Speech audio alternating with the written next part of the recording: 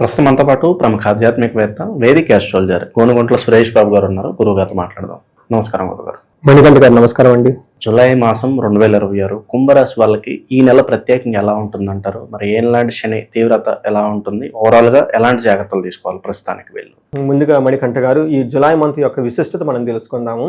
ఎందుకంటే ఆ మాసం ఎంత గొప్పదో తెలుసుకుంటే ఆ మాసంలో ఉన్న రోజు కూడా అంత గొప్పగా ఉంటుంది, మన లైఫ్ కూడా అంత గొప్పగా ఉంటుంది. సో ఆ విధంగా మనం ఇండివిజువల్ లైఫ్ నేచర్ నుంచి వ్రతాలకి కాలానికి మన మహర్షులు అలైన్మెంట్ చేశారనమాట. అందుకనే మాసాలు, తిథులు, మోడాలు ఇవన్నీ రకరకాలు పెట్టేశారు. ఇందులో మనం ఫస్ట్ జులై మంత్ చూసుకుంటే చాలా చేంజెస్ ఉన్నాయండి. ఇందులో ఒకటి మాసం ఫస్ట్ 15 days నిజ జ్యేష్ఠ మాసం ఉంటుంది 13వ తారీఖు వరకు. 14 నుంచి మనకి ఆషాఢ మాసం స్టార్ట్ అవుతుంది. ఇందులో ఎప్పుడైతే మనకి ఆషాఢ మాసం స్టార్ట్ అయిపోతుందో మనకి దేవీ నవరాత్రులు, గుప్త నవరాత్రులు అని స్టార్ట్ అయిపోతుంటాయి. వారాహి నవరాత్రులు అని అంటూ ఉంటారు.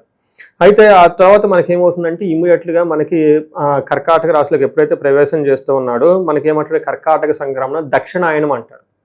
ఎప్పుడైతే దక్షిణాయనం స్టార్ట్ అవుతుందో మనకి చాతుర్మాస వ్రతం అని స్టార్ట్ అవుతుంది. అది మనకి తొలి ఏకాదశి పండుగలు ఉంటుంది. మనకి తొలి ఏకాదశి వచ్చేటప్పటికి ఎప్పుడు వస్తుంది, 25వ తారీఖు వస్తుంది. చాతుర్మాస వ్రతం 26 నుంచి స్టార్ట్ అవుతుంది. 29వ తారీఖు గురు పూర్ణిమ ఉంది. అంటే ఇప్పుడు ఈ ప్రకారం చూసుకుంటే మనకి గురుమోడం ఉంది, వారాహి నవరాత్రులు ఉన్నాయి, చాతుర్మాసం ప్రారంభమవుతుంది, ఆషాఢ మాసం ప్రారంభమవుతుంది, గురు పూర్ణిమ ఉంది. సో ఇన్ని రకాల విశిష్టతలు మనకి ఈ మాసంలో కలిగి ఉన్నాయి కాబట్టి ఇది చాలా ముఖ్యము, అందరూ సెలబ్రేట్ చేసుకోవాల్సిన మాసం అని చెప్పుకోవచ్చు. మరి జ్యోతిష శాస్త్రం ప్రకారంగా గ్రహాలు మారుతూ ఉంటాయి కాబట్టి 3 గ్రహాలు మారుతున్నాయి. జూలై 4వ తారీఖు, 7వ తారీఖు, 16వ తారీఖు.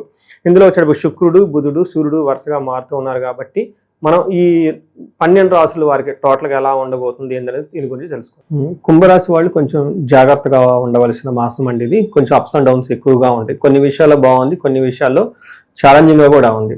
ఒక రకంగా చెప్పాలంటే 50-50 ఉందని మనం చెప్పుకోవచ్చు. బట్ ఏదన్నా కానీ ఉన్నా కానీ ఫైనల్గా వీళ్ళు అల్టిమేట్గా అనుకున్న పనులన్నీ చక్కగా సాధించుకోగలుగుతారు.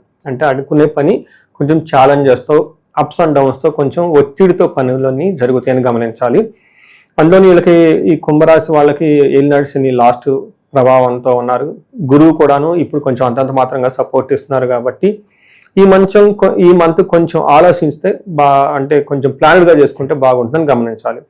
మనం డీటెయిల్స్ తెలుసుకునే పోయే ముందు ఇందులో ఉన్న నక్షత్రాలు చూసుకుంటే ధనిష్ట 3-4 పాదాలు, శతభిషం 1-2-3-4 పాదాలు, నెక్స్ట్ ఉత్తరాభాద్ర ఫస్ట్ పాదం, పూర్వభాద్ర 1-2-3 పాదాలు అంతా కూడా ఇందులో ఉంటారని గమనించాలి. మనం పేరు బలం ప్రకారం చూసుకుంటే గు, గే, గో, సా, సి, సు, సో, దా అన్న అక్షరాలంతా కూడా ఇందులో ఉంటాయని మీరు గమనించాలి. మనకి లఘు గోచారము, సూక్ష్మ గోచారం అన్న ఒక కాన్సెప్ట్ ప్రకారం చూసుకుంటే వీళ్ళకి 6వ స్థానంలో సూర్యుడు ఉండటం మంచిదండి. చక్కగా అన్ని విషయాల్లో, శత్రువుల విషయాల్లో పై చేయిగా ఉంటుంది, ఉత్సాహం, ఎనర్జెటిక్గా ఉంటారు. అయితే 4వ స్థానంలో కుజుడు ఉండటం అంత మంచిది కాదు. అయితే శత్రువులతో కలిసి కూర్చొని మాట్లాడితే వెళ్తే పై చేయ అవకాశం ఉంటుంది. 5వ స్థానంలో బుధుడు ఉండటం అంత మంచిది కాదు, భార్యతోటి పుత్రులతోటి గొడవలు వస్తాయి. 7వ స్థానంలో శుక్రుడు కూడాను మంచిది కాదు. ఇది కూడాను యంగ్ పీపుల్, ఓకే, అది అబ్బాయిలు కానీ అమ్మాయిలు కానీ ఉంటే వాళ్ళతో కూడా గొడవలు వచ్చే అవకాశం ఎక్కువగా ఉంటుందని గమనించాలి. అంటే ఏ ప్రకారంగా చూసుకున్నా వీళ్ళకి ఎలా ఉంటుందంటే కొంచెం మిక్స్డ్గా ఉంటుంది.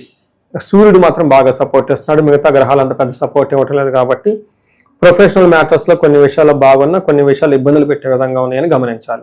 డీటెయిల్స్ చూసుకుంటే సూర్యుడు 6వ స్థానంలో ఉంటే చాలా కలిసి వస్తుందని చెప్తారు. జాబులు లేని వాళ్ళకి జాబులు వచ్చే అవకాశం ఉంటుంది, అనుకున్న పనులన్నీ జరిగే అవకాశం ఎక్కువగా ఉంటుంది.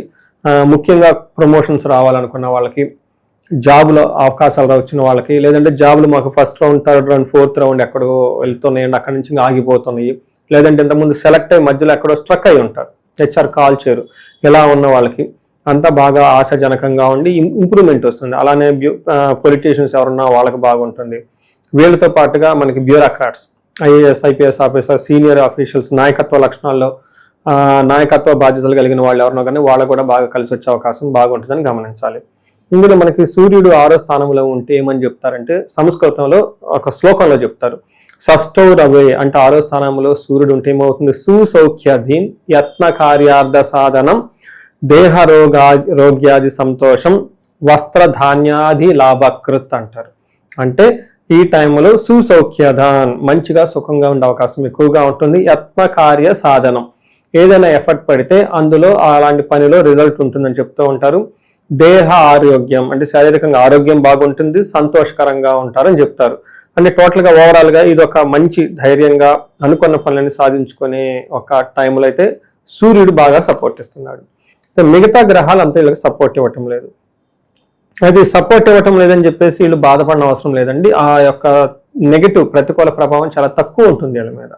ఇందులో వీళ్ళకి 4వ స్థానంలో కుజుడు ఉండటం ఏమవుతుందంటే భాగ్యహాని, భయం, క్రోరం, బంధువైరం, ధనక్షయం, రోగ పీడాది సంతాపం, చతుర్థ స్థానగే కుజ అంటారు. అంటే 4వ స్థానంలో ఎప్పుడైతే కుజుడు ఉంటారో ఇది కొంచెం తల్లికి కానివ్వండి మిగతా విషయాలు ఇబ్బంది పడే విధంగా ఉంటుంది. ముఖ్యంగా భాగ్యహాని, లక్ అనేది కొంచెం దూరంగా ఉంటుంది, భయం పడిగే సంఘటనలు, క్రూరం ఏదన్నా మనం వేరే వాళ్ళకి ఇబ్బంది పెట్టాలి, వేరే వాళ్ళని కొట్టాలి, తిట్టాలి, నరకాలి ఈ టైపు మూవీ డైలాగ్స్తో ఎక్కువగా వెళ్ళిపోయే అవకాశం ఎక్కువగా ఉంటుంది. బంధువులతో గొడవలు పడే అవకాశం ఎక్కువగా ఉంటుంది అని మనకు చెప్పుకుంటాం. హెల్త్ కాంప్లికేషన్స్ ఉంటాయి. అయితే మానసికంగా టెన్షన్స్ ఉన్నప్పుడు కానీ ధన ప్రవాహం బాగా ఇస్తాడు కుజుడు. ఇది ఒక పాజిటివ్ సైడ్ చెప్పుకోవచ్చు. అలానే మనకి బుధుడు మనకి ఏం చేస్తారంటేనండి మిక్స్డ్ రిజల్ట్ ఇస్తారు. 5వ స్థానంలో బుధుడు ఉండటం వల్ల ఏమవుతుంది, సంతానంతో విభేదాలు, స్త్రీల విషయంలో అపకీర్తి కలిగే అవకాశం ఎక్కువగా ఉంటుంది. ప్రయాణాలు చేస్తే అందులో కష్టతరంగా ఉంటుందని చెప్పుకోవచ్చు. అంటే ఇక్కడ బుధుడు కూడాను మంచి సపోర్ట్ ఇవ్వటం లేదు. అయితే ఇక్కడ శుక్రుడు 7వ స్థానంలో ఉండి ఎక్కడైనా శుక్రుడు కూడా మిక్స్డ్గా ఉన్నారని మనం చెప్పుకోవచ్చు. శుక్రుడు వీళ్ళకి 7వ స్థానంలో ఉండటం అంత మంచిది కాదని చెప్తారు. ఏ విధంగా కోపస్తదహ బీదిహి సర్వదా క్లేశ జీవనం స్త్రీ జాడ్యం మేహరోగాది భృగో సప్తమగే ఫలం అంటారు. అంటే 7వ స్థానంలో ఎప్పుడైతే భృగు ఉంటాడు ఏమవుతుందంటే వీళ్ళకి కోపస్తదహ కోపప్రదంగా ఉంటారు, భీతిపరంగా ఉంటారు, సర్వదా క్లేశ జీవితం, కొంచెం ఆటంకాలు ఎక్కువగా ఉంటుంది. మెయిన్ స్త్రీలతో విభేదాలు ఉంటాయని గమనించుకోవాలి. స్త్రీ జాడ్యం అని చెప్తారు. సో ఈ ప్రకారం అగైన్ శుక్రుడు ఇక్కడ love, romance, pleasures, short travels, ఇలా మనకి ఏమంటారు వీకెండ్ సెలబ్రేషన్స్ ఇవన్నీ చక్కగా ఉండే అవకాశం ఎక్కువగా ఉంటుంది. సో ప్రతి గ్రహం కూడాను అటు ఛాలెంజెస్ ఇటు అనుకూలంగా ప్రతికూలంగా ఉన్నాయి కాబట్టి కొంచెం జాగ్రత్తగా చూసుకుని వెళ్ళటం ఈ రాశి వాళ్ళకి చాలా ముఖ్యమైన విషయం. అంటే ఇన్ సమ్మరీ నేనేం చెప్తానంటేనండి ప్రొఫెషనల్ మ్యాటర్లో బాగుంటుంది. ఇంటర్పర్సనల్ స్కిల్స్, ఓకే, బంధువులతోటి ధనం విషయంలో జాగ్రత్తగా ఉంటే మెయిన్ ఇంటర్పర్సనల్ స్కిల్స్ వేరే వాళ్ళతో డీల్ చేసేటప్పుడు కొంచెం ప్లానెడ్గా డీల్ చేస్తే ఈ మాసం అంతా సక్సెస్ఫుల్గా ఉంటుందని మనం చెప్పుకోవచ్చు. ఈ రాశికి సంబంధించిన నక్షత్రాలు వాళ్ళకి ఎలా ఉంటుంది? ఇందులో ఉన్న నక్షత్రాలు ధనిష్ట, శతభిషం, పూర్వభాద్ర. నక్షత్రం ప్రకారం చూసుకుంటే చాలా స్ట్రైట్ ఫార్వర్డ్గా ఉందండి. ఫస్ట్ శుక్రుని వల్ల ప్రతి ఒక్కరికి హెల్త్ కాంప్లికేషన్స్ ఉంటుంది, ధనిష్ట, శతభిష ముగ్గురికి.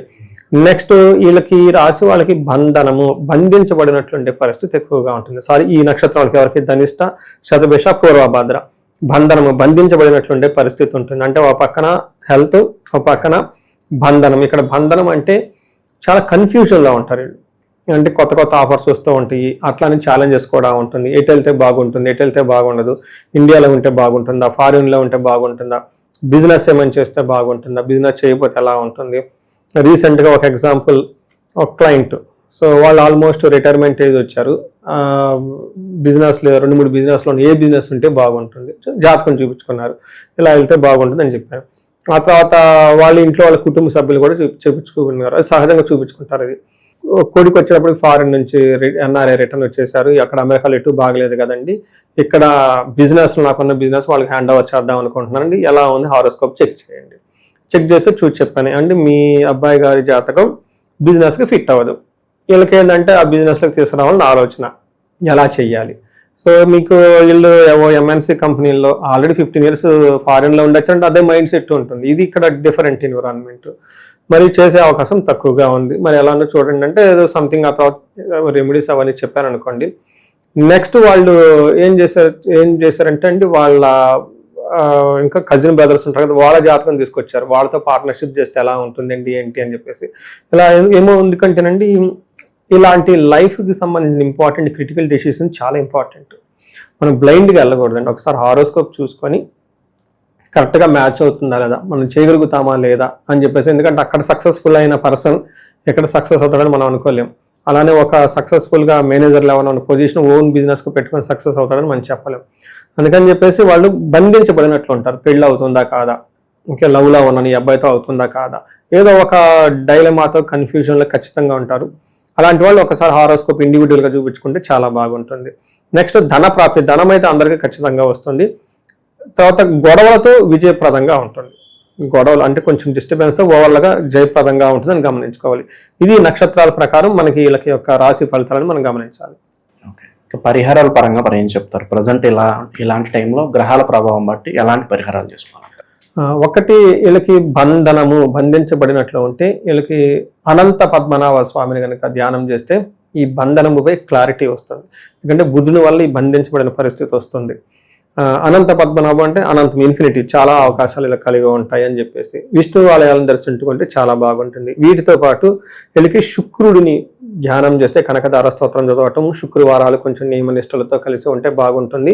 లేదంటే లక్ష్మి విత్ విష్ణుమూర్తికి సంబంధించిన ఆలయాలు, సీతారాముల వారు కానివ్వండి, లేదా లక్ష్మీ వెంకటేశ్వర, లక్ష్మీ హయగ్రీవ, లక్ష్మీ నరసింహ, ఇలా లక్ష్మీ కాంబినేషన్తో విష్ణు ఆలయాలు దర్శించుకుంటే చాలా బాగుంటుంది అని చెప్పుకోవచ్చు. ఎక్కువగా నేను హైదరాబాద్కి దగ్గరలో స్వయంభూ ఆలయం, మనకి పెంజర్లా అని ఒక విలేజ్ ఉందండి కొత్తూరు దగ్గర. ఇది మనకి ఇటు వస్తుంది, అక్కడ బెంగళూరు వెళ్ళే రోడ్లో వస్తుంది, శంషాబాద్ దగ్గర. ఒక్కసారి అక్కడికి వెళ్ళి టైం స్పెండ్ చేసి చక్కగా ప్రార్థన చేసుకొని మెడిటేషన్ చేసుకుంటే అక్కడ మహాలక్ష్మి సమేత, శ్రీదేవి భూదేవి సమేత అనంత పద్మనాభ స్వామి ఉన్నారండి. చాలా బాగుంటుంది. అక్కడ టైం స్పెండ్ చేస్తే బాగుంటుందని నేను పర్సనల్గా అడ్వైజ్ చేస్తాను. బట్ ఇంకా ఎక్కడ దగ్గరలో ఉన్నా కానీ వెళ్తే చాలా బాగుంటుంది. సో వీటితో పాటు వీళ్ళకి శుక్రవారాలు కొంచెం నియమనిష్టలతో ఉండే తులసి చెట్టును పూజ చేస్తూ ఉంటే బాగా కలిసి వస్తూ అవకాశం ఉంటుంది. ఈవినింగ్ టైము వెండి ప్రమిదలో ఆవు నెయ్యితో వెండి ప్రమిదలు కనుక మనకి ఉత్తరపు ముఖక్కుని కూర్చొని కనకదార స్తోత్రం చదువుతుంటే చాలా బాగా కలిసి వస్తుంది వీళ్ళకి. సో మనం ఇదంతా గోచార ఫలితాల కింద చెప్పుకుంటామండి మణికంఠ గారు. దీని ప్రకారం ఏంటంటే ఒక 30% మాత్రమే ఇప్పుడు మనం చెప్పుకునేవి వాళ్ళకి అప్లై అవుతాయి. అయితే ఇండివిజువల్ జాతకం చూపించుకోవడం చాలా చాలా ముఖ్యం. కొంతమందికి ఎవరికైతే ఏజ్ 40 to 50 years మధ్యలో ఉండేసి, అంటే +or-40 years, దీన్ని మిడ్ లైఫ్ క్రైసిస్ అంటూ ఉంటారు చాలా మందికి. లేడీస్కి పోస్ట్ మెనోపాజ్ అని, ప్రీ మెనోపాజ్ అని, జెంట్స్ కూడా ఏమంటారంటే కొంచెం హార్మోనల్ చేంజెస్ ఉన్నాయని చెప్తూ ఉంటారు. అంటే సడన్గా ఏమవుతుందంటే వాళ్ళ లైఫ్లో 10 years కెరియర్ గ్రోత్ సక్సెస్ఫుల్గా ఉండి, అకాడమిక్స్ అంతా సక్సెస్ఫుల్గా ఉండి, వాళ్ళ లైఫ్లో ఒక మేనేజర్ లెవెల్లో ఒక ఉన్నతమైన పొజిషన్కి ఆల్రెడీ వచ్చి ఇప్పుడు లైఫ్లో ఒక స్టాగ్నేటెడ్గా ఫీల్ అయి ఉన్నారు, గ్రోత్ లేదు, వ్యాక్యూమ్ వచ్చింది, జాబులు పోయి ఇబ్బందులు పడిపోతున్నారంటే ఒక్కసారి వాళ్ళు సీరియస్గా జాతకం చూపించుకోవడం చాలా చాలా ఇంపార్టెంట్. ఎందుకంటే ఈ టైంలో వాళ్ళకి గ్రహ శాంతులని, లేదంటే గ్రహ దోషాలని, లేదంటే శాపాలని ఉంటాయి అనమాట. ఈ శాపాలు వాళ్ళకి ఎఫెక్ట్ అవుతూ ఉంటాయి అనమాట. జనరల్గా మనకి ఏం చెప్తారంటే మోడర్న్ సైకాలజీలో మిడ్ లైఫ్ క్రైసిస్ అని చెప్పేస్తూ ఉంటారనమాట. బట్ జ్యోతిష శాస్త్రంలో దానికి చాలా వివరణ ఇచ్చారనమాట. శాపాలని, గ్రహ దోషాలని అవన్నీ. ఒకసారి వాళ్ళ గ్రహాలు ఇండివిజువల్కి జాతకం చూపించుకోవడం చాలా ముఖ్యం. వాళ్ళకి ఫైనాన్షియల్ ప్రాబ్లం ఉన్న స్వర్ణలక్ష్మి విశేష హోమం చేయించుకోవటము, ఏమైనా కానీ హెల్త్ కాంప్లికేషన్స్ ఉంటే ఆయుష హోమం చేయించుకోవటం, అంతేకాకుండా చండీ హోమం, అందరికి ఏదైనా కనుక సీరియస్ ప్రాబ్లమ్స్ కన్సర్న్స్ ఉంటే కనుక చండీ హోమం చేయించుకోవటం, ఇలా మన్యు పాశుపత అభిషేకాలు ఇవన్నీ చేయించుకుంటే వాళ్ళ యొక్క ఎలాంటి సమస్య ఉన్నా కానీ సమస్యకు సంబంధించిన పరిష్కారాలు మనం కనుక్కోవచ్చు. భార్యాభర్తల మధ్య అన్యోన్య దాంపత్య పాశుపత అభిషేకం అని చెప్పేసి ఇలా అన్నీ చేసుకోవచ్చు.